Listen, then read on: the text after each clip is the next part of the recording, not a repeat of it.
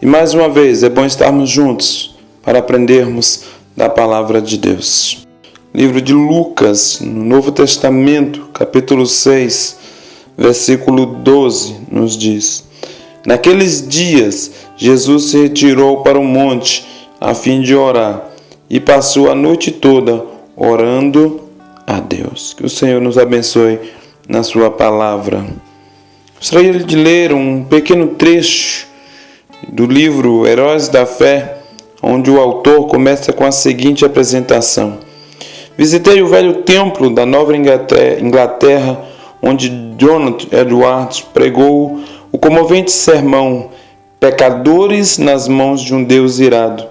Edwards segurava o manuscrito tão perto dos olhos que os ouvintes não podiam ver-lhe o rosto. Porém, com a continuação da leitura, o grande auditório ficou abalado. Um homem correu para a frente, clamando: Senhor Edward, tenha compaixão. Outros se agarraram aos bancos, pensando que ia cair no inferno. Vi as colunas que eles abraçaram para se firmarem, pensando que o juízo final havia chegado. O poder daquele sermão não cessa de operar no mundo inteiro, mas convém saber algo mais da parte da história geralmente suprimida. Imediatamente antes deste sermão, por 3 dias, Eduardo não se alimentara, durante 3 noites não dormira, rogara a Deus sem cessar: dai-me a Nova Inglaterra. Ao levantar-se da oração, dirigindo-se para o púlpito, alguém disse que tinha o semblante de quem fitara por algum tempo o rosto de Deus. Antes de abrir a boca para proferir a primeira palavra, a convicção caiu sobre o auditório. Assim escreveu Wilbur Chapman acerca de Jonathan Edwards. Esse célebre pregador, contudo, não foi o único que lutou com Deus em oração. Ao contrário, depois de lermos cuidadosamente a biografia de alguns dos maiores vultos da Igreja de Cristo, concluímos que nunca se pode atribuir o êxito de qualquer deles unicamente a seus próprios talentos e força de vontade. Certamente, um biógrafo que não crer no valor da oração, nem conhece o poder do Espírito Santo que opera nos corações, não mencionaria a oração como sendo o verdadeiro mistério da grandeza dos heróis da fé.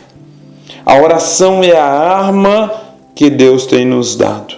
No livro de Lucas, no capítulo 6, que nós acabamos de ler, o versículo 12, Jesus vai ao monte a fim de orar e passou a noite toda orando a Deus. E o texto nos diz que, logo em seguida, no versículo 13, que depois do amanhecer chamou os seus discípulos e escolheu 12 dentre eles, aos quais também chamou de apóstolos.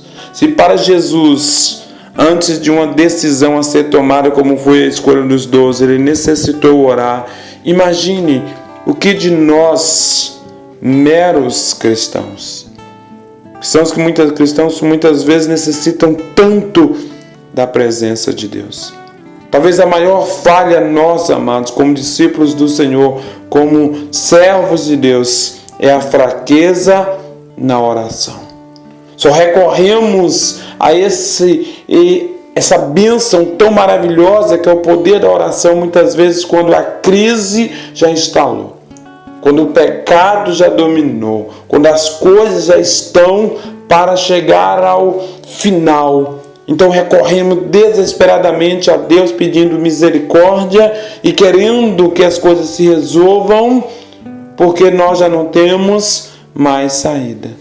Mas nós precisamos aprender a orar, fazer da oração o nosso alimento, a nossa busca. Estava lendo um texto na internet que dizia: ore quando não tem vontade, ore quando tiver vontade, ore até a vontade vir. Devemos orar, amados, devemos aprender que a oração nos leva para perto de Deus. É através da oração que nós falamos com Deus, mas ao mesmo tempo nós ouvimos da voz de Deus. Grandes homens de Deus no passado e homens de Deus nos tempos bíblicos venceram pela oração. Mas ore com fé. Ore crendo que Deus pode mudar a realidade. Ore para que Deus possa acalmar o seu coração. Ore para que Deus possa falar ao seu coração que Ele vai responder. E aprenda uma verdade quando você orar.